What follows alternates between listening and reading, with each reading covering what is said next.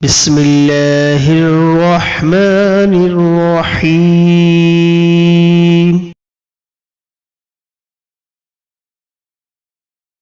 حضرت عدی بن حاتم رضی اللہ تعالیٰ عنہ بیان کرتے ہیں، رسول اللہ صلی اللہ علیہ وآلہ وسلم نے مجھے فرمایا، جب تم اپنا کتا چھوڑو تو اللہ کا نام لے کر چھوڑو۔ اگر وہ تمہارے لیے پکڑ لے اور تم اسے زندہ پا لو تو اسے ذبح کرو۔ اگر تم اسے اس حال میں پاؤ کہ اس نے شکار کو قتل کر دیا اور اس سے کھایا نہیں تو پھر اسے کھا لو، اور اگر اس نے کھا لیا ہے تو پھر نہ کھاؤ، کیونکہ اس نے اپنے لیے پکڑا ہے۔ اگر تم اپنے کتے کے ساتھ دوسرا کتا دیکھو اور شکار کو مردہ پاؤ تو اسے مت کھاؤ، کیونکہ تم نہیں جانتے کہ ان دونوں میں سے کس نے قتل کیا۔